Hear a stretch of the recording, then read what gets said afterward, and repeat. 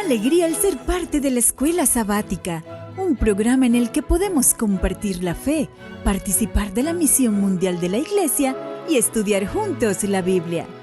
Hope Media Honduras te da la bienvenida a la Escuela Sabática. Feliz sábado, amados hermanos, y un feliz día a cada uno de ustedes. Hoy estamos llegando al último sábado de este mes de agosto y qué alegría saber que Dios ha cuidado de cada uno de nosotros. Esta mañana le invito a usted para que invite a sus amigos, a sus familiares, a sus seres queridos, compartiéndoles este enlace para que ellos reciban la bendición de este culto de Escuela Sabática. Para iniciar, le invito para que me acompañe en esta palabra de oración. Querido Dios, muchas gracias por darnos el don de la vida. Y ahora, Padre, que estamos iniciando este programa de Escuela Sabática, clamamos su bendición. Ayúdenos, Señor, acompáñenos para que este culto sea un aroma grato ante su presencia, pero que también sirva de ánimo espiritual para la vida de cada uno de nosotros. Se lo pedimos, Señor, en el nombre de Jesús. Amén. Hope Media Honduras te desea un muy feliz sábado. Hope Media Honduras, llevando esperanza. Gracias, hermanos, por acompañarme en esta oración. Hay un himno muy especial y yo quiero invitarles a ustedes para que cantemos juntos. El nombre de nuestro Dios pueda ser exaltado a través de las notas del himno Dadme la Biblia. Cantemos.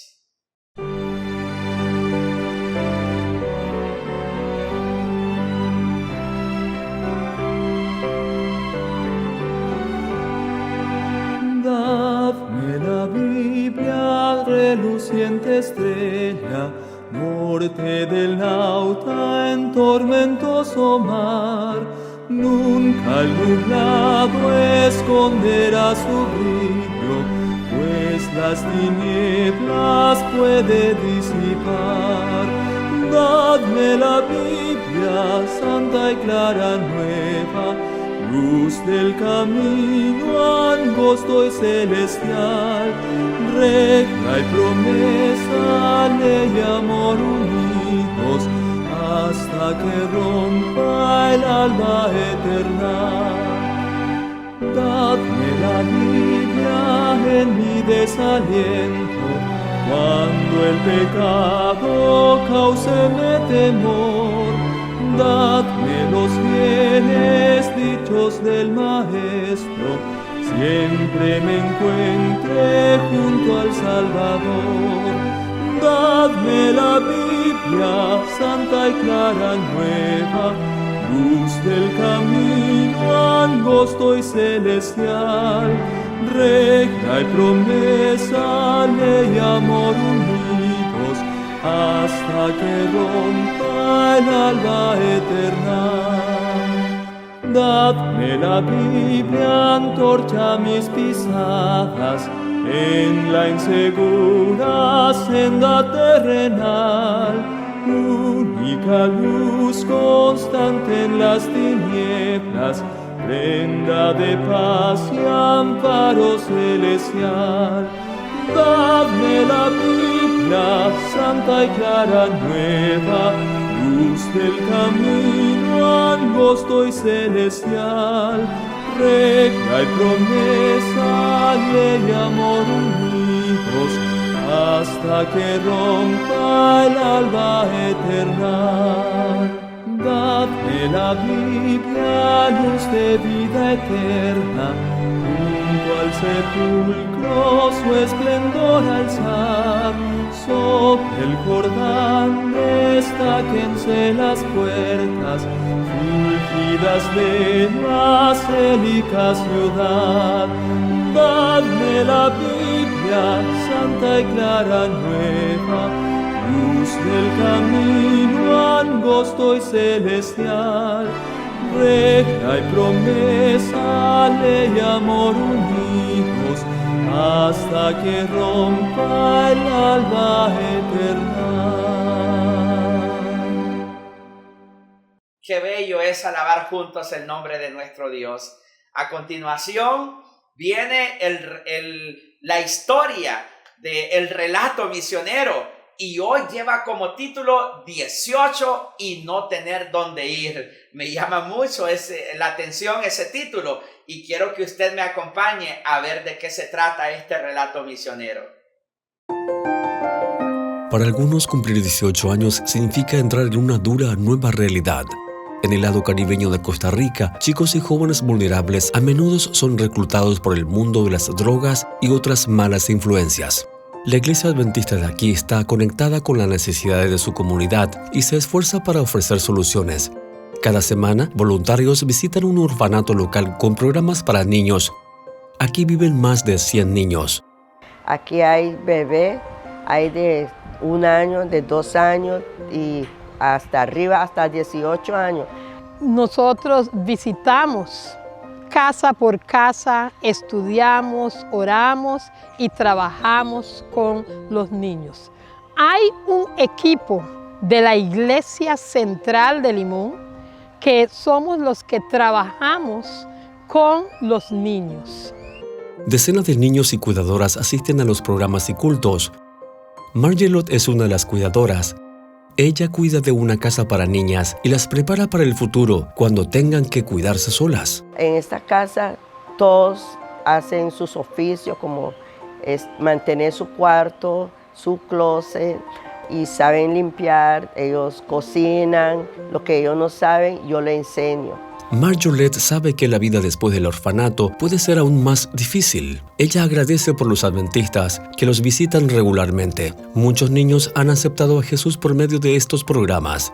Incluso Marjolette se hizo adventista debido a estas visitas. Me gusta porque ellos van entendiendo mucho de Dios, y porque hay algunos no saben nada de Dios, no. Cuando vinieron aquí no iban a la iglesia. Ahora que viene la iglesia aquí, ellos van y les gustan. Ahora estudian la Biblia, rezan antes de comer y todo eso. Antes no lo hacían. Pero cuando cumplen 18 años, los niños deben dejar el orfanato y entrar a un mundo nuevo. Estos chicos, muchos han estado ahí por 10, 11, 12 y más años. Y no conocen a sus padres, no conocen a sus familiares. Y cuando tienen que abandonar la aldea a sus 18 años, ellos no tienen dónde ir. Lo que yo quiero es que cuando salen de aquí, salen con la cabeza en alto, dispuestos a luchar afuera. Este trimestre, parte de su ofrenda del 13º sábado, ayudará a construir un centro donde estos jóvenes pueden ir al cumplir 18 años. Este centro será un lugar seguro para que estén mientras aprenden oficios para trabajar. Eso los animará para ser miembros útiles para la sociedad, en vez de entrar en las drogas y otras alternativas. Podemos llevarlos a un lugar que nosotros como adventistas del séptimo día podamos tener y atender a sus necesidades. Y que estos niños y jóvenes no tengan que andar deambulando por las calles, porque actualmente en Limón hay mucha situación de drogas, mucha situación de criminalidad y no queremos perder todo el esfuerzo y el sacrificio que hemos hecho a través de estos años trabajando con estos niños y jóvenes para que cuando llegan a sus 18 años tengan que regresar a la calle. Por favor, oren por los niños y jóvenes de Limón, Costa Rica. Gracias por su generosa ofrenda que marcará una diferencia en muchísimas vidas.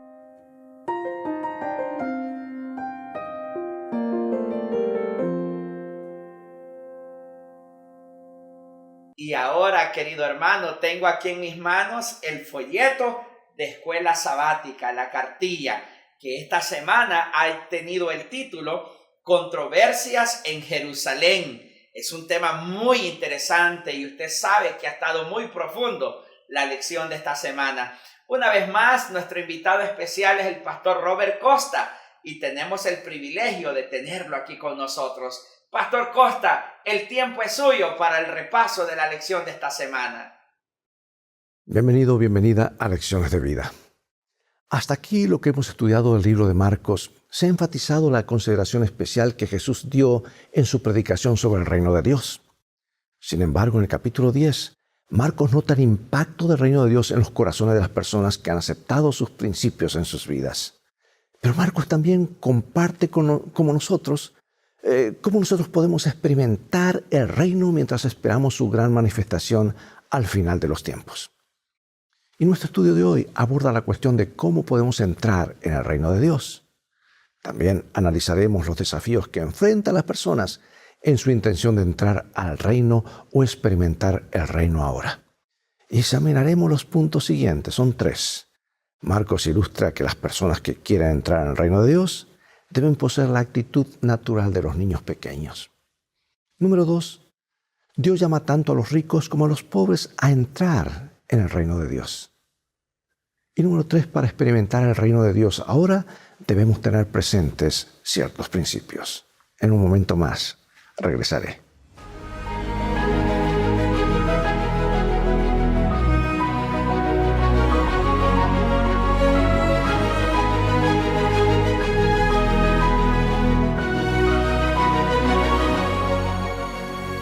Comencemos con este versículo de San Marcos 11:25. Y cuando estén orando, si tienen algo contra alguien, perdónenlo, para que su Padre que está en los cielos perdone también sus ofensas. Hermoso consejo, muy práctico y a veces difícil de practicarlo, ¿verdad? Cuando Jesús llega a Jerusalén, protagoniza 6 controversias con los dirigentes, no porque la busque, sino porque había unos problemas reales y Jesús los confronta. Y estas 2 series de controversias actúan como paréntesis, una al comienzo y otra al final del ministerio terrenal de Jesús. Y cada serie tiene que ver con asuntos importantes para la vida cristiana. Las instrucciones de Jesús, aún en estas situaciones polémicas, orientan a los creyentes tanto en asuntos fundamentales de la fe como en cuestiones prácticas de la vida cotidiana. Los líderes religiosos acuden a confrontar, tratar de confundir y derrotar a Jesús, pero sin éxito. Y parte de la lección de esta semana incluirá analizar precisamente qué hace que las personas se opongan a Dios y a su vez considerará qué pueden hacer los cristianos para superar los prejuicios y hablar al corazón de quienes resisten el llamado del Espíritu. En Marcos 11, el ministerio de Jesús tendrá lugar en Jerusalén durante la Pascua, más o menos en los meses de marzo y abril. Y Marcos 11 al 16 cubre poco más de una semana. O sea que la velocidad narrativa ha disminuido marcadamente, porque los primeros 10 capítulos cubren aproximadamente 3 años y medio. Y esta desaceleración, o sea que se volvió más lento para enfocarse hacia las escenas finales, porque algo importante estaba por ocurrir. Notemos esto en estos capítulos. Bueno, llegamos a la entrada triunfal de Jerusalén. Allí en Jerusalén, la mitad de esta historia se refiere al envío de 2 discípulos por parte de Jesús. ¿Por qué envía a sus discípulos a un poblado cercano para buscar un asno en el que él entraría a Jerusalén? Ahora pregunto, ¿por qué se dedica tanto tiempo a este relato y esos detalles? La respuesta es doble. Primero, porque demuestra las capacidades proféticas de Jesús. De paso, fue el más grande profeta de toda la historia. Todo su ministerio fue a través del marco profético, hecho en el marco profético de 2300 años, especialmente 490 años de plazo a Israel. Y así que exalta la dignidad de su arribo y lo vincula a la voluntad de Dios. Y número 2, este aspecto de la historia establece una conexión con Zacarías 9, que describe al rey entrando en Jerusalén montado sobre un burro. También es reminiscente de la entrada de Salomón a Jerusalén sobre un asno, cuando Adonías, recuerda, trató de usurpar el trono y David ordenó que Salomón fuera inmediatamente coronado. Comenta la inspiración lo siguiente: 500 años antes del nacimiento de Cristo, el profeta Zacarías predijo así la venida del rey de Israel. Esta profecía se iba a cumplir ahora. El que siempre había rechazado los honores reales iba a entrar en Jerusalén como el prometido heredero del trono de David. Y ahora Jesús entra en Jerusalén. Y Jerusalén está ubicada en una región de colinas, en realidad. Unos 740 metros de altitud. En los días de Jesús existían más o menos una población de 40 a 50 mil personas. Pero los fechas de la Pascua pues se duplicaban. Venía mucha gente de todas partes del imperio. La ciudad cubría una superficie de unos 125 kilómetros cuadrados. Pero el monte en el cual se erigía el templo ocupaba casi 18 de esos kilómetros. El hermoso complejo del templo dominaba la ciudad. Jesús entró por el este, descendiendo por el Monte de los Olivos, e ingresó a la ciudad probablemente por la Puerta Dorada. Actualmente está cerrada, en dirección al monte del templo. La ciudad entera se vio agitada.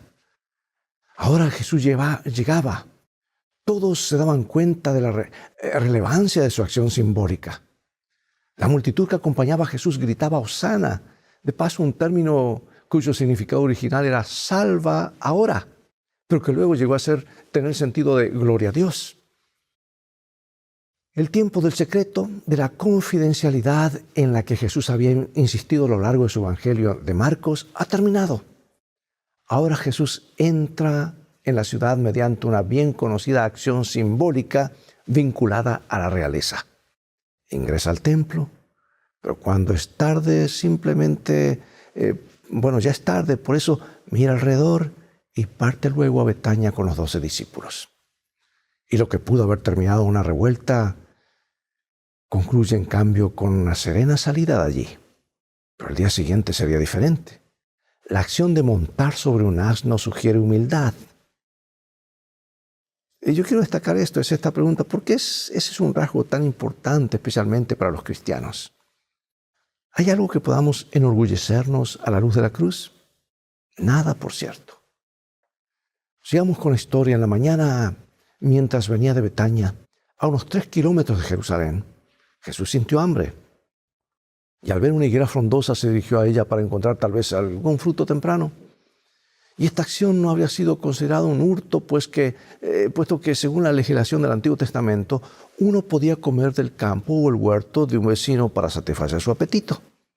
Pero no encontró fruto y le dijo al árbol, nunca más coma nadie fruto de ti. Aquello era una acción atípica y extraña de parte de Jesús.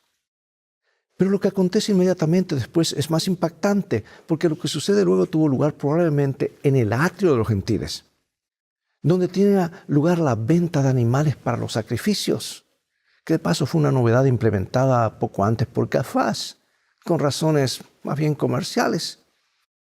Y Jesús expulsa a los vendedores para restaurar el culto reverente. Su acción ahora es una afrenta directa contra los que estaban a cargo del sistema del templo. Y Jesús vincula 2 pasajes del Antiguo Testamento en su dura reprimenda contra el profano tráfico.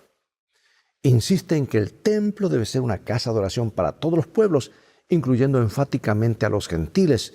Y luego dice que los líderes han convertido el templo en una cueva de ladrones. Pero más tarde, al final de esta asombrosa jornada, Jesús abandona la ciudad juntamente con sus discípulos. La mañana siguiente, al ir nuevamente a la ciudad, los discípulos asombran al ver la higuera marchita de raíz. Y Jesús imparte una lección acerca de la oración y el perdón como parte de su explicación de lo que había ocurrido. Ahora, ¿qué significa esto? Ahora mira bien, estos 2 relatos constituyen la 4ª historia sándwich del Evangelio de Marcos, como vimos en la lección 3. En las historias de este tipo se emplea la ironía que se dramatiza mediante personajes paralelos que realizan acciones opuestas o mediante personajes opuestos que realizan acciones paralelas. Y en esta historia la higuera y el templo están en paralelo. No dieron fruto. Y Jesús maldice a la higuera, pero purifica el templo. 2 acciones opuestas. Pero la ironía consiste en que los dirigentes religiosos se complotarán ahora para matar a Jesús. Y esa acción significará el fin de los servicios del templo, los cuales hallaron su cumplimiento en Jesús. Pregunto, ¿qué cosas en tu vida necesitas ser limpiadas por Jesús? ¿Y cómo ocurre esto? Veamos ahora el desafío que plantearon los líderes religiosos a Jesús y cómo respondió él. Marcos 11, 27 en adelante. Volvieron entonces a Jerusalén Y andando él por el templo, vinieron a él los principales sacerdotes, los escribas y los ancianos, y le dijeron: ¿con qué autoridad haces estas cosas? ¿Y quién te dio autoridad para hacer estas cosas? Jesús respondiendo les dijo: os haré yo también una pregunta, respondedme, y os diré con qué autoridad hago estas cosas. ¿El bautismo de Juan era del cielo o de los hombres? Respondedme. Entonces ellos discutían entre sí diciendo: si decimos del cielo, dirá, ¿por qué pues no lo creísteis? Y si decimos de los hombres, pero temían al pueblo, pues todos tenían a Juan como un verdadero profeta. Así que respondiendo dijeron a Jesús: no sabemos. Entonces respondiendo Jesús le dijo: tampoco yo os digo con qué autoridad hago estas cosas. Bueno, un día después que Jesús limpia el templo, los líderes religiosos lo confrontan en sus actos y le preguntan con qué autoridad había actuado el día anterior. No pretenden escuchar la verdad, sino entramparlo. Si dice que su autoridad proviene de Dios, ellos negarán que un simple carpintero del pueblo tenga tal autoridad. Si él dice que su autoridad es humana, lo despreciarán como un tonto. Pero Jesús percibe la trampa y les dice que contestará su pregunta si ellos responden primero la suya. Y lo que le pregunta es si el bautismo de Juan el Bautista provenía de Dios o de los hombres. Y ellos se dan cuenta al instante de que son ellos quienes han sido entrampados. Si admiten que ese bautismo provenía de Dios, Jesús les diría: ¿por qué no lo creyeron? Y si dicen que fue una iniciativa humana, temen la reacción de la gente. Así que mienten y responden que no saben. Y esto da a Jesús la oportunidad de rehusarse a contestar la pregunta de ellos. Ahora, mira cómo continuó Jesús su negativa a responder y con qué efecto. Jesús presenta una parábola acerca de una viña, un propietario y arrendatarios a quienes el dueño alquila el campo. La historia que Jesús narra tiene grandes similitudes con la parábola de la viña de Isaías 5. Mejor dicho, lo tomó de allí. Es la única Biblia que existe en sus días, donde Dios presenta una acusación contra el Israel infiel. Y cualquiera habría reconocido el paralelo, especialmente los líderes religiosos. Sabía que se hablaba de ellos. Y la historia se desarrolla de una manera muy inusual, dado que los arrendatarios se niegan a entregar el fruto de la viña al propietario. En lugar de ello, maltratan y matan a los siervos que él envía. Y finalmente el dueño envía a su amado hijo, a quien espera que ellos respeten, pero no ocurre eso. Razonan en cambio y extrañamente que si matan al hijo, la viña les pertenecerá. Y su descabellado razonamiento es sorprendente y la sentencia que les impondrá está justificada. Lo que Jesús estaba haciendo en esta historia era dirigir a los líderes religiosos a una solemne advertencia acerca del desenlace de su conducta. Y vista de esta perspectiva, su parábola es un amoroso preaviso. Aún no es muy tarde para que cambien y eviten el juicio seguro, pero estaban a punto de ser cortados como la vid de Dios. San Juan lo dijo: arrepiéntase de frutos porque la hacha ya está en la raíz. Algunos de ellos se arrepentirán, cambiarán y aceptarán a Jesús. La mayoría no. Los líderes religiosos estaban tratando de sorprender a Jesús en algo que ellos pudieran usar para condenarlo ante el gobernador romano o ante el pueblo. En el caso de esta controversia, la cuestión giraba en torno al pago de impuestos. En esa época y lugar, negarse a pagar los impuestos podía ser interpretado como un acto de rebelión contra el gobierno romano, un delito grave.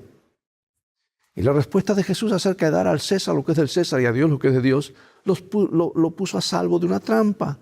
Pero también significó una profunda lección sobre la responsabilidad del creyente para con el gobierno.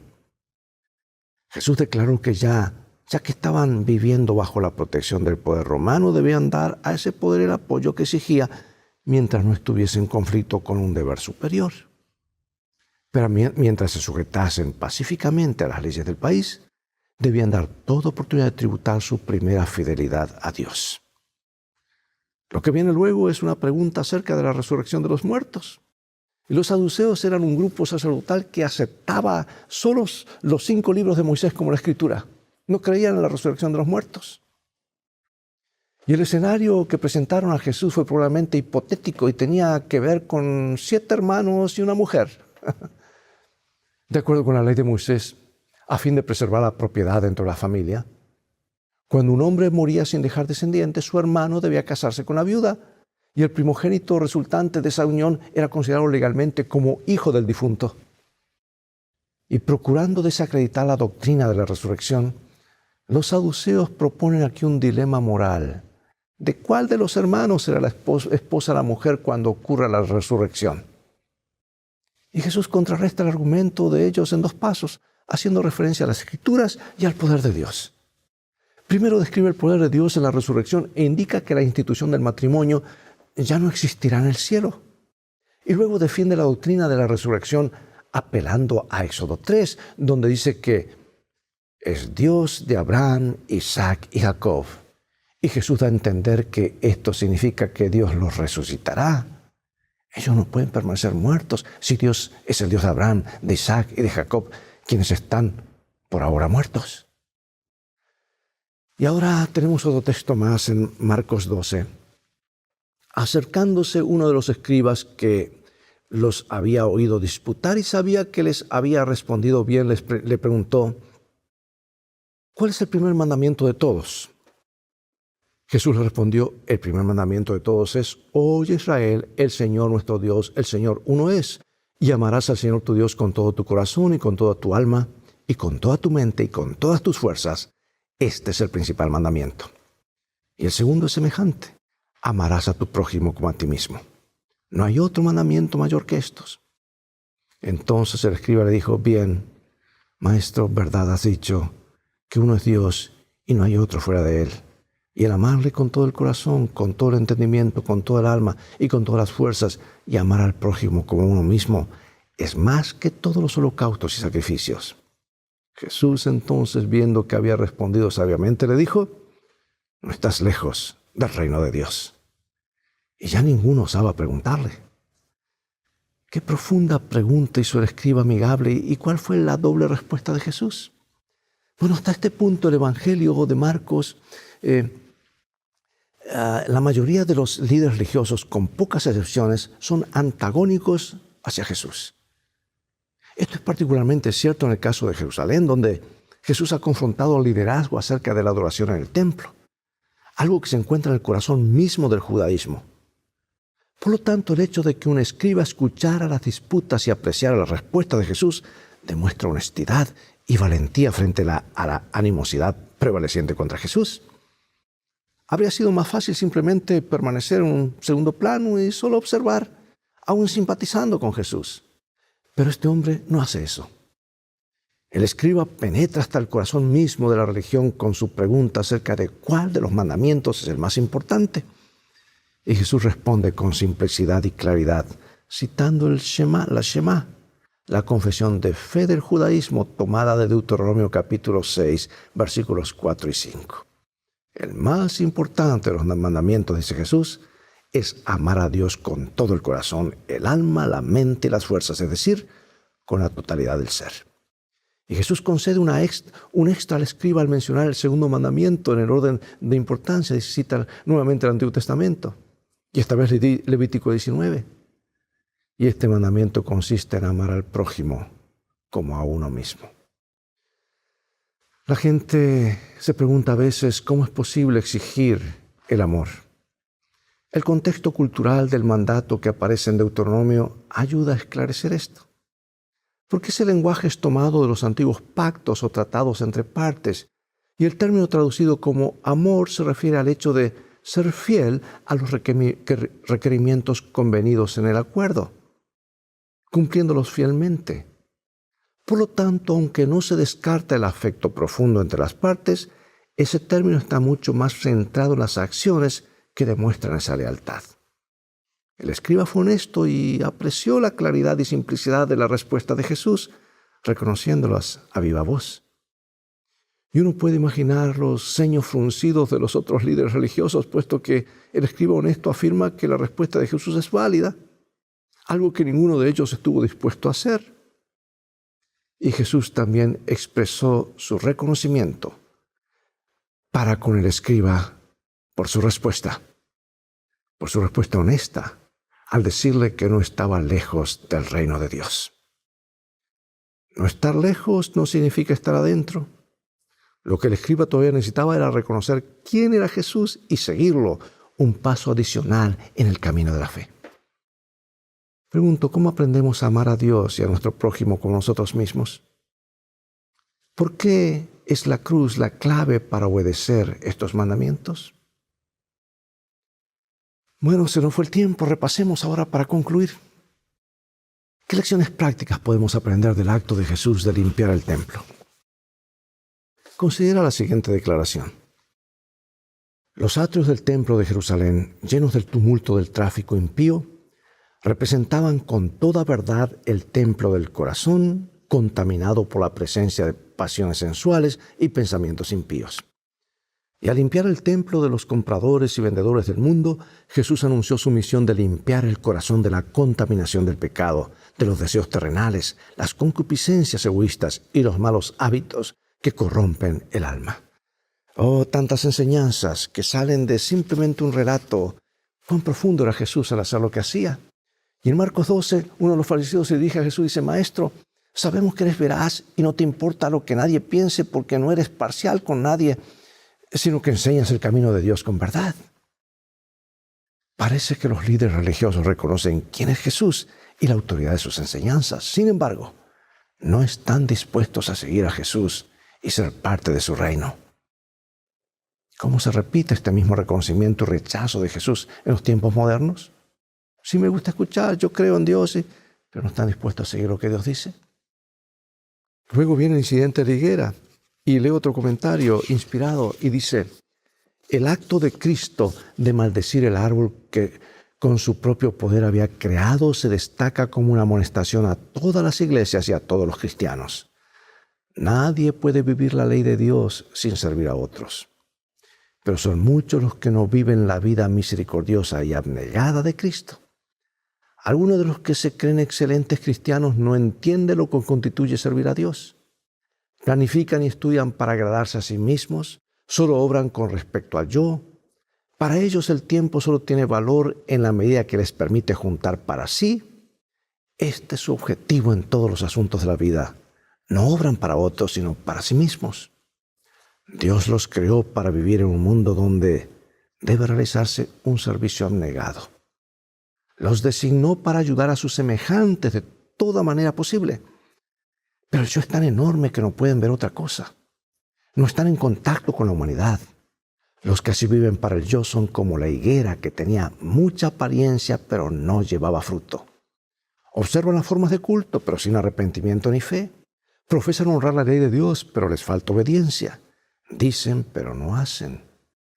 En la sentencia pronunciada sobre la higuera, Cristo demostró cuán abominables a sus ojos esta vana pretensión.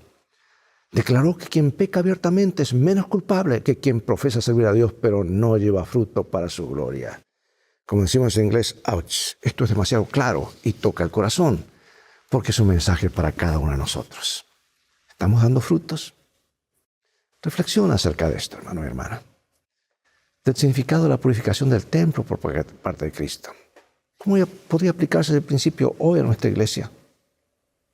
¿Cómo debería ocurrir una limpieza tal? A lo largo de los evangelios Jesús se refiere una y otra vez a las Escrituras y a cómo deben cumplirse. ¿Qué nos dice esto acerca de cuán centrales son ellas para la vida de la fe? ¿Por qué debemos rechazar fervientemente todo intento de rebajar la autoridad de las Escrituras? Especialmente la idea de que ellas son meramente las ideas de las personas acerca de quién es Dios y de cómo obra. ¿Dónde se encuentra la línea apropiada de separación entre la Iglesia y el Estado? ¿Cómo ilumina ese debate la enseñanza de Jesús? Y ahora algo referente a la resurrección. ¿Por qué esta doctrina es tan central para nuestra fe, especialmente al considerar el estado de los muertos? Bueno, llegó el momento de despedirnos y de orar.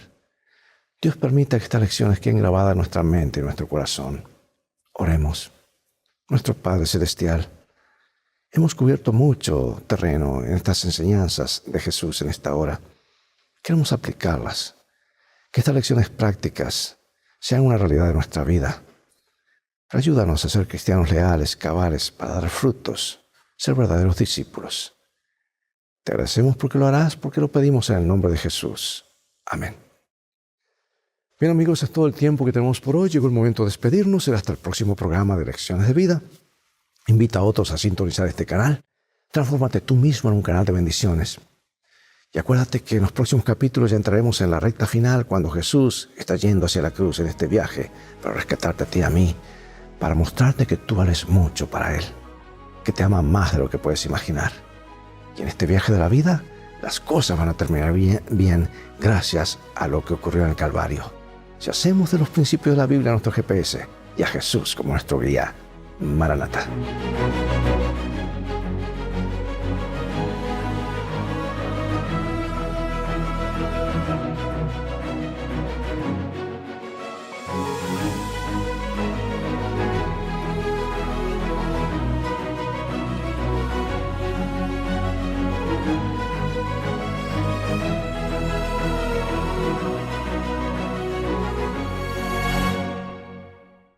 Gracias, Pastor Costa, por impartirnos y compartirnos ese estudio tan profundo y tan maravilloso que usted siempre nos da. Amado hermano, gracias a usted por su fiel sintonía y por acompañarnos durante este programa de Escuela Sabática. Usted no se mueva de ahí donde está, porque a continuación viene el culto divino, culto de adoración. Me despido de ustedes con esta palabra de oración. Querido Dios, muchas gracias por permitirnos estudiar su Santa Biblia. Ahora le pedimos, Señor, también que continúe bendiciendo la vida de cada uno de mis hermanos, para que en el nombre de Jesús esas enfermedades sean sanadas, esas deudas sean sanadas y toda tristeza que haya en el corazón, que de ti reciba la sanidad, Padre eterno. Gracias, Señor, por escucharnos. En sus manos de amor depositamos nuestras vidas y también el programa del culto divino que viene a continuación, porque lo pedimos en el nombre de Jesús. Amén. Gracias por acompañarnos en este programa de Escuela Sabática. Bendiciones a todos. ¡Qué privilegio que nos hayas acompañado en la Escuela Sabática! Hope Media Honduras te desea un muy feliz sábado.